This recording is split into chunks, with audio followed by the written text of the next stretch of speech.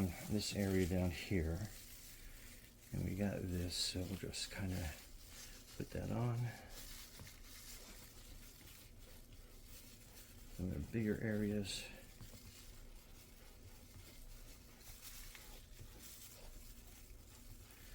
Kind of fill that in.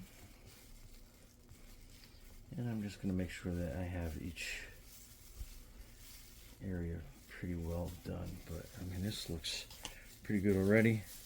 And we'll use this kind of blot. Kind of have it. And that looks fantastic. And I think I got the right color this time. So again, if you get the wrong color, let's fix it up.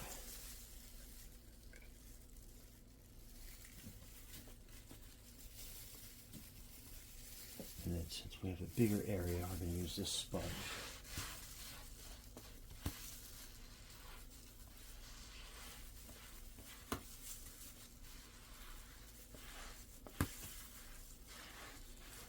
And then that makes for a much better color match. This is still a little wet. And like I said, it's been a half hour, but to kind of give you an idea, we did put that on kind of thick.